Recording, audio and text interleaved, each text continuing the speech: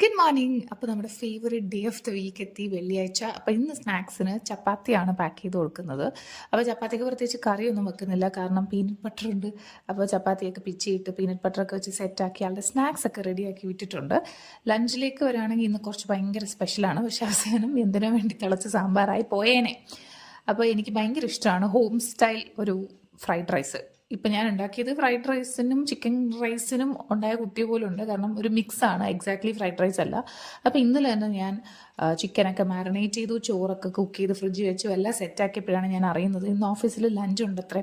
പക്ഷെ ഇത്രയും കഷ്ടപ്പെട്ട് ഞാൻ ഉണ്ടാക്കിയ സ്ഥിതിക്ക് ഇത് തന്നെ കഴിച്ചാൽ മതി എന്ന് ഞാൻ അതാണ് പാക്ക് ചെയ്യുന്നത്.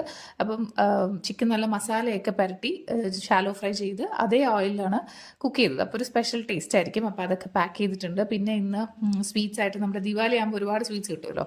അപ്പോൾ ഇത് ഗീ മൈസൂർ പാക്ക് എന്നാണ് പറയുന്നത്, പക്ഷെ ഇത് കണ്ടിട്ട് ഒരു ബർഫി പേട ഒരു സ്റ്റൈലൊക്കെ ഉണ്ട്. അപ്പോൾ ഇതൊക്കെയാണ് പാക്ക് ചെയ്തത്. Okay, by.